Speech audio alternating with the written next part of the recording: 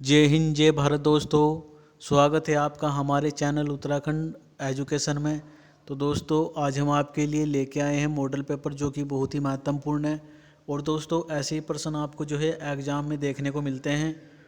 और दोस्तों आज हम आपको पूरे 100% कराने वाले हैं, जिसमें से कुछ आपके हिंदी के हैं, उत्तराखंड से हैं, सामान्य ज्ञान से हैं और दोस्तों कुछ प्रश्न आपके रीजनिंग से हैं।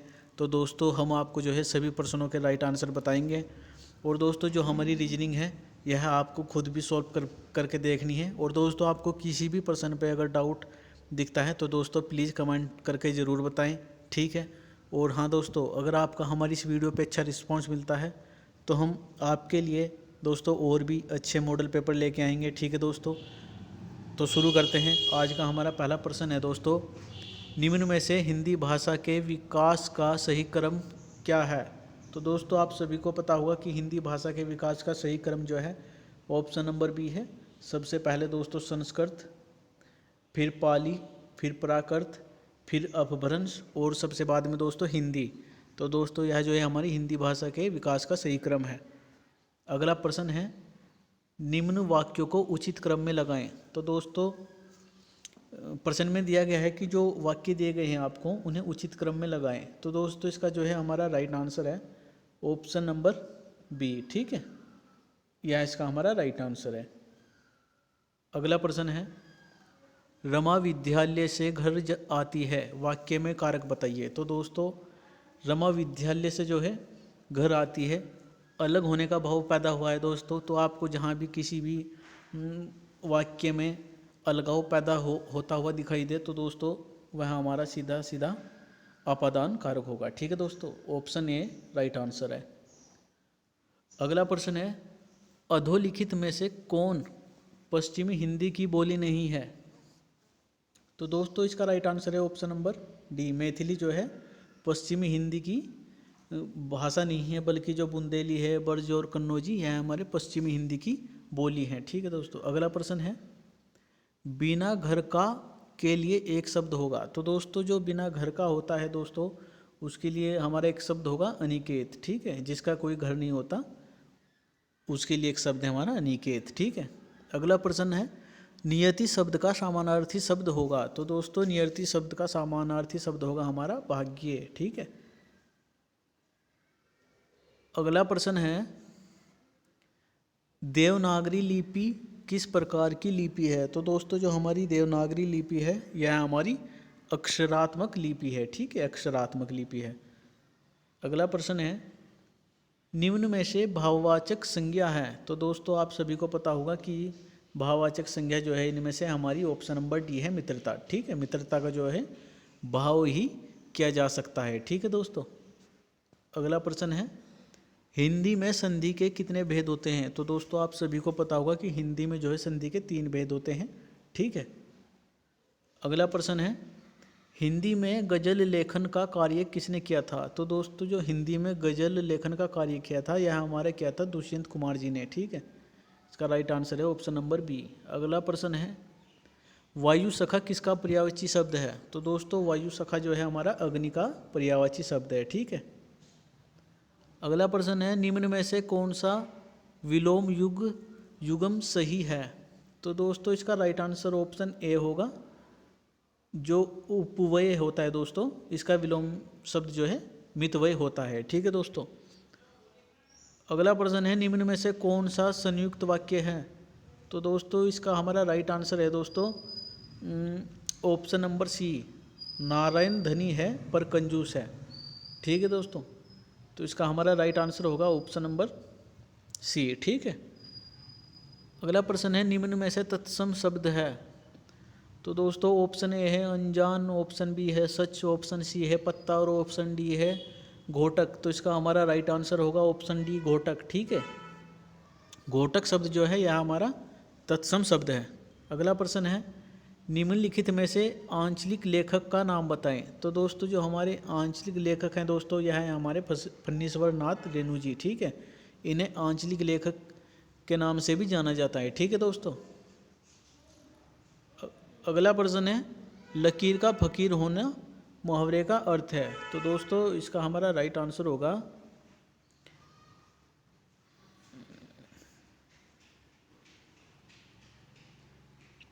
16। तो इसका हमारा राइट आंसर है साथियों ऑप्शन नंबर बी, परंपरावादी होना। ठीक है, लकीर का फकीर होने का जो अर्थ है इसका है हमारा ऑप्शन नंबर बी, परंपरावादी होना। अगला प्रश्न है, दो विपरीत सत्ताओं को जोड़ने में किस चिन्ह का प्रयोग किया जाता है? तो दोस्तों इसका हमारा राइट आंसर है ऑप्शन नंबर सी। ठीक है, जो दो विपरीत सत्ताओं को जोड़ने में जिस चिन्ह का प्रयोग किया जाता है तो दोस्तों यह है हमारा योजक चिन्ह। ठीक है, इसी का प्रयोग किया जाता है। अगला प्रश्न है, किसी घटना अथवा कार्य योजना से संबंधित विश्लेषण के उपरांत तैयार किया गया विवरण क्या कहलाता है? तो दोस्तों यह कहलाता है हमारा प्रतिवेदन। ठीक है, जो किसी घटना या फिर कार्य योजना से संबंधित विश्लेषण के उपरांत तैयार किया जाता है वह हमारा प्रतिवेदन होता है। ठीक है दोस्तों। अगला प्रश्न है, निम्न में से कौन सा व्यंजन मूर्धन्य व्यंजन नहीं है? तो दोस्तों इसमें पूछा गया है कि इनमें से कौन सा मूर्धन्य व्यंजन नहीं है? तो दोस्तों इसका हमारा राइट आंसर है ऑप्शन बी, छ जो है यह मूर्धन्य व्यंजन नहीं है। बाकी जो हमारा र, ड, ठ है यह हमारे मूर्धन्य व्यंजन है। ठीक है। अगला प्रश्न है, लोकेशना में कौन सी संधि होगी? तो दोस्तों आप सभी को पता होगा कि जो हमारा लोकेशना है इसमें जो है हमारी वृद्धि संधि होगी। ठीक है दोस्तों। अगला प्रश्न है, राज्य में गुजडू नामक स्थान कहाँ पर स्थित है? तो दोस्तों जो गुजडू नामक स्थान है यह हमारे पौड़ी जनपद में स्थित है। ठीक है। अगला प्रश्न है, राज्य में बद्रीनाथ केदारनाथ मार्ग पर चिकित्सा की व्यवस्था किसने की थी? तो दोस्तों इसका हमारा राइट आंसर है option number B, William Trail ने। ठीक है, विलियम ट्रेल जी ने ही जो है हमारे बद्रीनाथ जो है केदारनाथ मार्ग पर चिकित्सा की व्यवस्था की थी। अगला प्रश्न है, सर्व संग्रह शास्त्र किसकी रचना है? तो दोस्तों बहुत ही महत्वपूर्ण प्रश्न है। पूछा गया है कि जो सर्व संग्रह शास्त्र है यह किसकी रचना है? तो दोस्तों आप सभी को पता होना चाहिए कि यह जो है सुदर्शन साहा जी की रचना है। ठीक है।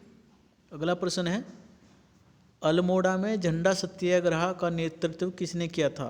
तो दोस्तों अल्मोड़ा में जो झंडा सत्याग्रह हुआ था उसका नेतृत्व जो है मोहन जोशी जी ने किया था। ठीक है। अगला प्रश्न है, जौलजीबी मेला किसके द्वारा शुरू किया गया है? तो दोस्तों जो जौलजीबी मेला लगता है यह दोस्तों गजेंद्र बहादुर पाल जी के द्वारा शुरू किया गया है और दोस्तों यह 1914 से लगना शुरू हुआ था। ठीक है, जो हमारा जौलजीबी मेला है। अगला प्रश्न है, कटारमल मंदिर के कपाट वर्तमान में किस संग्रहालय में स्थित हैं? तो दोस्तों जो हमारा कटारमल मंदिर है इसके कपाट जो है हमारे दिल्ली स्थित संग्रहालय में है। ठीक है। अगला प्रश्न है, प्रद्युमन शाह कुमाऊं के किस राजा के धर्मपुत्र के रूप में कुमाऊं की राजगद्दी पर बैठा? तो दोस्तों यह बैठा था हमारे दीपचंद जी की। ठीक है, प्रद्युमन शाह जो है कुमाऊं के किस राजा के धर्मपुत्र के रूप में कुमाऊं की गद्दी पर बैठा था? तो दोस्तों यह बैठा था दीपचंद के। ठीक है। अगला प्रश्न है, गढ़वाली भाषा में लिखित सबसे प्राचीन पंवार कालीन अभिलेख कौन सा है? तो दोस्तों यह है हमारा धारशिला अभिलेख। ठीक है, जो कि गढ़वाली भाषा में सबसे प्राचीन है जिसमें कि पंवार कालीन अभिलेख प्राप्त हुआ है। ठीक है दोस्तों। अगला प्रश्न है, ब्रिटिश गढ़वाल गजेटियर किसने लिखा? तो दोस्तों यह लिखा था हमारे H.G. वाल्टन ने। ठीक है, जो ब्रिटिश गढ़वाल गजेटियर है यह हमारे H.G. वाल्टन जी ने लिखा था। अगला प्रश्न है, लाल सांगा किसका प्राचीन नाम है? तो दोस्तों यह हमारे चमोली का है। ठीक है, चमोली जनपद का ही जो है लाल सांगा प्राचीन नाम है। ठीक है। अगला प्रश्न है, गलत तथ्य का चयन करें। तो दोस्तों इसका जो ऑप्शन ए है केंद्रीय भवन अनुसंधान संस्थान, इसकी स्थापना जो है दोस्तों 1947 में हुई थी। और दोस्तों जो भारतीय सिंचाई अनुसंधान संस्थान है इसकी स्थापना 1928 में। और जो बंगाल शेपर्स की स्थापना हुई थी दोस्तों इसकी स्थापना हुई थी 1853 में। तो दोस्तों इसका हमारा राइट आंसर जो है ऑप्शन नंबर डी है। ठीक है, यह तथ्य जो है दोस्तों गलत है। ठीक है, अगला प्रश्न है हिल मोटर ट्रांसपोर्ट कंपनी की स्थापना कब हुई थी? तो दोस्तों इसकी स्थापना हुई थी सन 1920 में। ठीक है, जो हिल मोटर्स ट्रांसपोर्ट कंपनी है इसकी स्थापना सन 1920 में हुई थी। अगला प्रश्न है राज्य में गन्ना विकास संस्थान कहाँ पर स्थित है? तो दोस्तों राज्य में जो गन्ना विकास संस्थान है यह हमारा काशीपुर में स्थित है। ठीक है दोस्तों, और यहीं पर राज्य का जो है सर्वाधिक गन्ना उत्पादन होता है। ठीक है, अगला प्रश्न है राज्य का कौन सा नृत्य देश प्रेम की भावना से जुड़ा हुआ है? तो दोस्तों आप सभी को पता होना चाहिए, बहुत ही इंपॉर्टेंट प्रश्न है। तो इसका हमारा राइट आंसर होगा ऑप्शन नंबर सी, सिपहिया जो नृत्य है यह देश प्रेम की भावना से जुड़ा हुआ है। ठीक है, अगला प्रश्न है उत्तराखंड में मोष्टा मानू मेला कहाँ पर लगता है? तो दोस्तों जो हमारा मोष्टा मानू मेला है यह जो है पिथौरागढ़ जनपद में लगता है। ठीक है, अगला प्रश्न है उत्तराखंड में होली की कितनी शैलियाँ प्रचलित हैं? तो दोस्तों उत्तराखंड में होली की जो है 2 शैलियाँ प्रचलित हैं। ठीक है, अगला प्रश्न है राज्य में उद्योग मंदिर आश्रम की स्थापना देघाट अल्मोड़ा में किसने की थी? तो दोस्तों इसकी स्थापना की थी हमारे ज्योतिराम कांडपाल जी ने। ठीक है, अगला प्रश्न है मुख्यमंत्री महिला उद्यमिता योजना किस वर्ष शुरू हुई थी? तो दोस्तों यह शुरू हुई थी सन 2019 में। ठीक है, जो मुख्यमंत्री महिला उद्यमिता योजना है यह सन 2019 से शुरू हुई थी। अगला प्रश्न है अंडे कांडे डांस का संबंध किस जनजाति से है? तो दोस्तों जो अंडे कांडे डांस है इसका संबंध जो है जौनसारी जनजाति से है। ठीक है दोस्तों, अगला प्रश्न है हरीश भाकुनी का संबंध किस खेल से है? तो दोस्तों इनका संबंध है हॉकी से। ठीक है, जो हरीश भाकुनी जी हैं इनका संबंध जो है हॉकी से है। अगला प्रश्न है दुगड्डा स्थित अपने घर पर उत्तराखंड विद्या भवन की स्थापना किसने की थी? तो दोस्तों यह की थी शिव प्रसाद डबराल जी ने। ठीक है, इन्होंने जो है दुगड्डा में अपने घर पर जो है विद्या भवन की स्थापना की थी। अगला प्रश्न है राज्य में हेमवती नंदन बहुगुणा स्पोर्ट स्टेडियम कहाँ पर स्थित है? तो दोस्तों वेरी इंपॉर्टेंट प्रश्न है। तो दोस्तों जो हेमवती नंदन बहुगुणा स्पोर्ट स्टेडियम है यह हमारा अल्मोड़ा जनपद में स्थित है। अगला प्रश्न है कांग्रेस पार्टी की कुमाऊं में पहली शाखा किस वर्ष खुली थी? तो दोस्तों कांग्रेस पार्टी की जो कुमाऊं में पहली शाखा खुली थी यह खुली थी सन 1912 में। ठीक है, तो उत्तराखंड से बहुत ही महत्वपूर्ण प्रश्न पूछे गए हैं दोस्तों, और इसी प्रकार के जो प्रश्न हैं आगामी परीक्षाओं में आने की जो है संभावना बनी रहती है दोस्तों, इसलिए आपके लिए बहुत ही अच्छी वीडियो है, ध्यान से देखिए। अगला प्रश्न है सिंगोरी मिठाई के लिए राज्य का प्रसिद्ध शहर है? तो दोस्तों सिंगोरी जो मिठाई है इसके लिए दोस्तों जो राज्य का एक शहर है टिहरी। ठीक है, तो इसकी बहुत प्रसिद्ध मिठाई है दोस्तों, कभी जाना हो तो खा के देखना दोस्तों, बहुत अच्छी लगती है। अगला प्रश्न है राज्य में सर्वाधिक प्रवाह पथ वाली नदी है? तो दोस्तों राज्य में सर्वाधिक प्रवाह पथ वाली नदी जो है यह हमारी काली नदी है। ठीक है, अगला प्रश्न है धगुली नामक आभूषण पहना जाता है? ठीक है, तो दोस्तों इसका राइट आंसर है कलाई में। ठीक है, अगला प्रश्न है किस जनजाति में तंत्र मंत्र के ज्ञाता व्यक्ति को भरारे या तांत्रिक कहा जाता है? तो दोस्तों यह कहा जाता है जो बोक्सा जनजाति में जो तंत्र मंत्र करने वाले व्यक्ति होते हैं उन्हें भरारे या तांत्रिक कहा जाता है। ठीक है दोस्तों, अगला प्रश्न है सुंदर डूंगा नामक दर्रा किसके बीच है? तो दोस्तों जो सुंदर डूंगा नामक दर्रा है यह हमारा बागेश्वर और चमोली जनपद के बीच है। तो दोस्तों आपने देखा भी होगा कि परीक्षा में जो है दर्रों से भी प्रश्न पूछे जाते हैं, इसलिए आप अपने सभी दर्रे हो गए आपके, ठीक है, कुंड हो गए, ताल हो गए, तो दोस्तों सभी अच्छे से तैयारी करके चलें। ठीक है, तो दोस्तों अगला प्रश्न है कुमाऊं से रोहिलों को खदेड़ने में कल्याणचंद चतुर्थ की मदद किस पंवार शासक ने की थी? तो दोस्तों इसका हमारा राइट आंसर है प्रदीप शाह जी। कुमाऊं से जो है रोहिलों को खदेड़ने में जो है कल्याण चंद जी की मदद की थी, यह की थी प्रदीप शाह जी ने। ठीक है, अगला प्रश्न है सेम देवता का संबंध निम्न में से किस जनजाति से है? तो दोस्तों जो सेम देवता है यह जो है राजी जनजाति के देवता हैं। ठीक है, और जो बागनाथ है यह भी इनके प्रमुख देवता हैं। ठीक है, अगला प्रश्न है राज्य में ऑटो इलेक्ट्रॉनिक्स उद्योग कहाँ पर स्थित है? तो दोस्तों राज्य में जो ऑटो इलेक्ट्रॉनिक्स उद्योग है यह दोस्तों हमारा देहरादून जनपद में स्थित है। ठीक है, अगला प्रश्न है कुंजनी वन आंदोलन किस जिले में हुआ था? तो दोस्तों जो कुंजनी वन आंदोलन है यह जो है टिहरी जनपद में हुआ था। ठीक है, अगला प्रश्न है डीएवी कॉलेज कब स्नातकोत्तर महाविद्यालय में कब तब्दील हुआ? तो दोस्तों जो डीएवी कॉलेज है तो दोस्तों यह जो है स्नातकोत्तर महाविद्यालय में तब्दील हुआ था सन 1948 में। ठीक है, सन 1948 में जो है यहाँ स्नातक महाविद्यालय बन गया था। अगला प्रश्न है गढ़वाल के चमेठा खाल में सन 1921 में कुली बेगार से संबंधित बैठक की अध्यक्षता किसने की थी? तो दोस्तों इसकी अध्यक्षता की थी मुकंदी लाल ने। ठीक है, बैरिस्टर मुकंदी लाल जी ने इसकी अध्यक्षता की थी। ठीक है, और दोस्तों जो कुली बेगार प्रथा थी इसे सन 1921 में समाप्त कर दिया गया था। ठीक है, अगला प्रश्न है रम्मान लोक नृत्य विश्व धरोहर में शामिल हुआ था? तो दोस्तों इसका जो हमारा राइट आंसर है सन 2009 में जो है इसे विश्व धरोहर में शामिल कर दिया गया था। ठीक है दोस्तों, इसलिए इसका राइट आंसर होगा हमारा ऑप्शन डी। ठीक है, इनमें से कोई नहीं है। अगला प्रश्न है राज्य में मनेरा ताल कहाँ पर स्थित है? तो दोस्तों जो मनेरा ताल है यहाँ हमारा उत्तरकाशी जनपद में स्थित है। ठीक है, अगला प्रश्न है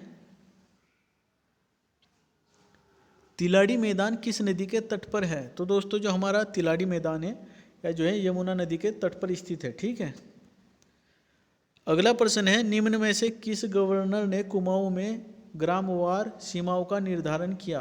तो दोस्तों यह किया था विलियम ट्रेल जी ने। ठीक है, इन्होंने जो है कुमाऊं में जो ग्रामवार सीमा होती थी दोस्तों उनका निर्धारण किया था। ठीक है, अगला प्रश्न है लखनपुर कोर्ट कहाँ पर स्थित है? तो दोस्तों जो लखनपुर कोर्ट है यहाँ हमारा पिथौरागढ़ जनपद में स्थित है। ठीक है, अगला प्रश्न है मेडेलिन अस्लेड किसका वास्तविक नाम था?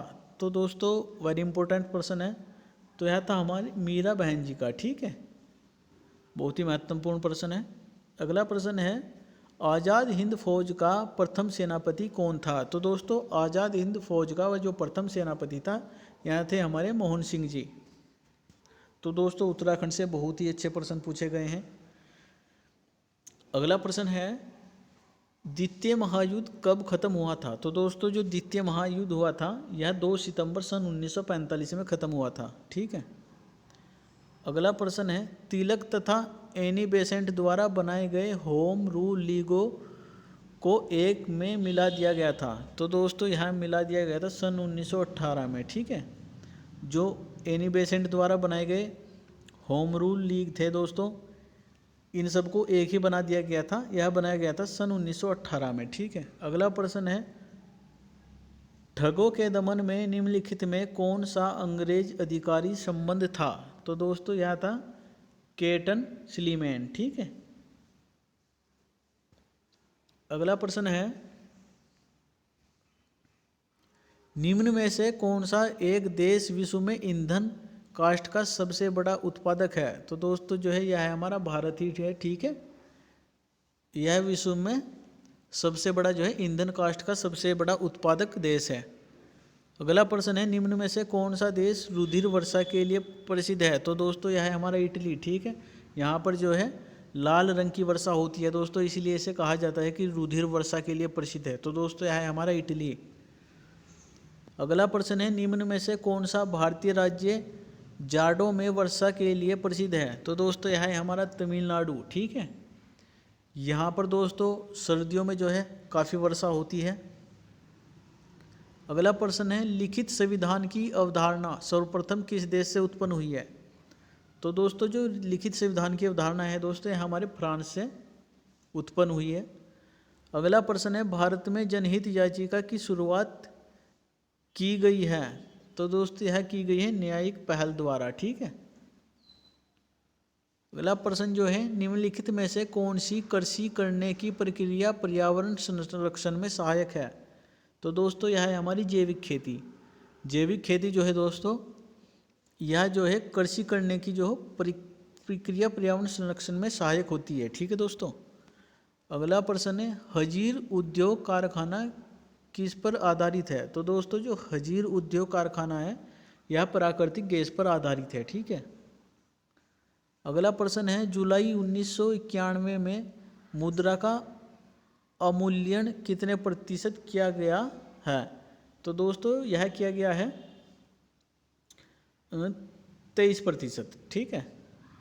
यह किया गया है हमारा 23%। अगला प्रश्न है विश्व व्यापार संगठन किसका एक संगठन है? तो दोस्तों यह है गेट सदस्यों द्वारा स्थापित एक संगठन है, ठीक है। जो विश्व व्यापार संगठन है यह गेट के सदस्यों द्वारा संगठित एक गठन है दोस्तों। अगला प्रश्न है ब्रिक्स देशों का प्रथम शिखर सम्मेलन कहाँ हुआ था? तो दोस्तों जो ब्रिक्स देशों का प्रथम शिखर सम्मेलन हुआ था यह हुआ था दोस्तों ब्राजील में, ठीक है। अगला प्रश्न है भारत में सर्वाधिक जनसंख्या का घनत्व किस राज्य का है? तो दोस्तों यह प्रश्न हमने आपको पहले भी कराया था, तो दोस्तों बहुत ही इंपॉर्टेंट है। यह दोस्तों है बिहार, ठीक है। काफ़ी परीक्षाओं में पूछा गया है, रिपीटेड क्वेश्चन है दोस्तों। भारत में प्रोजेक्ट एरो का संबंध निम्नलिखित में से किसके आधुनिकीकरण के लिए है? तो दोस्तों यह है डाकघर से, ठीक है। डाकघर से संबंधित है हमारा प्रोजेक्ट एरो। अगला प्रश्न है भारत में पहली बार योजना अवकाश कब हुआ था? तो दोस्तों भारत में जो पहली बार योजना अवकाश हुआ था यह सन 1966 और 69 में हुआ था, ठीक है। अगला प्रश्न है भारत में अटल पेंशन योजना कब लागू हुई थी? तो दोस्तों इसका राइट आंसर है 9 मई सन 2015 में, ठीक है। अटल पेंशन योजना लागू हुई थी 9 मई सन 2015 से। अगला प्रश्न है दोस्तों प्रसिद्ध संगीतज्ञ तानसेन के गुरु का क्या नाम था? तो दोस्तों जो प्रसिद्ध तानसेन थे इनके गुरु का नाम था दोस्तों हरिदास, ठीक है। अगला प्रश्न है जहाँ प्रतिवर्ष बाढ़ का पानी पहुँचता है वह कहलाता है? तो दोस्तों यह पहुँचता है हमारे खाद्दर में, ठीक है। यहाँ पर प्रतिवर्ष जो है बाढ़ का पानी पहुँचता है। भारत में सर्वाधिक अनुसूचित जनजाति कहाँ पर निवास करती है? तो दोस्तों जो भारत में सर्वाधिक अनुसूचित जनजाति है दोस्तों यहाँ मध्य प्रदेश में निवास करती है, ठीक है। अगला प्रश्न है अनुपम क्या है? तो दोस्तों अनुपम जो है कंप्यूटर सॉफ्टवेयर है, ठीक है। तो दोस्तों हमारे कंप्यूटर से भी जो है 2 या 3 नंबर जरूर देखने को मिलते हैं। तो अगला प्रश्न है साथियों मुगल चित्रकारी ने किसके शासनकाल में पराकाष्ठा प्राप्त की है? तो दोस्तों यह की थी जहांगीर के। दोस्तों रिपीटेड क्वेश्चन है, कई बार परीक्षाओं में पूछा गया है, तो ऐसे क्वेश्चन दोस्तों अपना जरूर पक्के करके जाएं, ठीक है। अगला प्रश्न है अकबर निम्न में से कौन सा वाद्य यंत्र बजाता था? तो दोस्तों अकबर जो है इनमें से नक्कारा है, ठीक है। नक्कारा नामक जो वाद्य यंत्र है वह बजाता था। भारत में रेल मार्गों का सबसे बड़ा जाल किस राज्य में पाया जाता है? तो दोस्तों रेल मार्गों का जो सबसे बड़ा जाल है यह हमारे उत्तर प्रदेश में पाया जाता है, ठीक है। अगला प्रश्न है निम्न में से सूचना प्रौद्योगिकी शब्दावली नहीं है? तो दोस्तों यह है प्रकाश भंडारण, ठीक है। यह जो है प्रौद्योगिकी शब्दावली नहीं है। अगला प्रश्न है भारत के नए नियंत्रक महालेखा परीक्षक हैं? तो दोस्तों यह है गिरीश चंद्र जी, ठीक है। ये जो करंट का प्रश्न है दोस्तों। अगला प्रश्न है माउंट एटना किस पर्वतमाला में स्थित है? तो दोस्तों जो माउंट एटना है यह हमारी सिसिली इटली में स्थित है, ठीक है। अगला प्रश्न है प्यारे साथियों किस दिन पृथ्वी से सूर्य की दूरी न्यूनतम होती है? तो दोस्तों यह होती है 3 जनवरी को। ठीक है। अगला प्रश्न है, ट्रांसजेंडर के लिए आरक्षण प्रदान करने वाला भारत का पहला राज्य है? तो दोस्तों यह है कर्नाटक। ठीक है। जो ट्रांसजेंडर के आरक्षण प्रदान करता है, तो दोस्तों इसका पहला राज्य है कर्नाटक। ठीक है। तो दोस्तों वो आपसे जो है रीजनिंग के प्रश्न है, इन सभी को देख लें और दोस्तों इन सभी के आंसर जो है आपको कमेंट में देने हैं। ठीक है। 91 नंबर का जो है इसमें पूछा गया है दोस्तों, यदि 7 - 4 - 1 जो बराबर है दोस्तों 714 है दोस्तों, उसी प्रकार 9 - 2 - 3 बराबर 934 है। तो दोस्तों 8 - 0 - 4 क्या होगा? तो दोस्तों बहुत ही आसान प्रश्न है। ठीक है। ऐसे प्रश्न आप करके देखें और कमेंट में दोस्तों हमें बताएं। ठीक है। अगला प्रश्न है, कुछ चित्रों से एक पिकनिक पर जाने की सोची तथा खाने पर 96 रुपये खर्च करने का प्लान बनाया, परंतु इनमें से 4 पिकनिक पर नहीं जा सके। परिणाम स्वरूप प्रत्येक व्यक्ति को 4 रुपये अधिक देने पड़े, तो कितने लोग पिकनिक पर गए थे? तो दोस्तों इसका जो हमारा राइट आंसर है ऑप्शन नंबर सी है 12। ठीक है। तो दोस्तों रीजनिंग के आपसे ऐसे ही प्रश्न पूछे गए हैं और दोस्तों रिक्वेस्ट है कि आप इन्हें सॉल्व करके कमेंट में ज़रूर बताएं। ठीक है दोस्तों। रक्त संबंधित भी पूछे गए हैं। ठीक है दोस्तों। दिशा से भी हैं। ठीक है। अनुपात से भी हैं। तो दोस्तों रीजनिंग के प्रश्न सॉल्व कर हमें ज़रूर बताएं। और दोस्तों आज की हमारी वीडियो आपको कैसी लगी? हमारी वीडियो को लाइक, कमेंट और शेयर ज़रूर करें और दोस्तों हमारे चैनल को सब्सक्राइब भी करें। धन्यवाद दोस्तों।